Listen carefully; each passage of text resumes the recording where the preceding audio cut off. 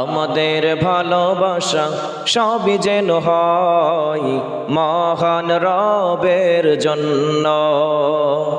রাখব ঘৃণা গুলো তাও যেন হয় শুধু প্রভু তোমারই জন্য। ভালোবাসি বাসি ভালোবাসি প্রভু তোমাকে।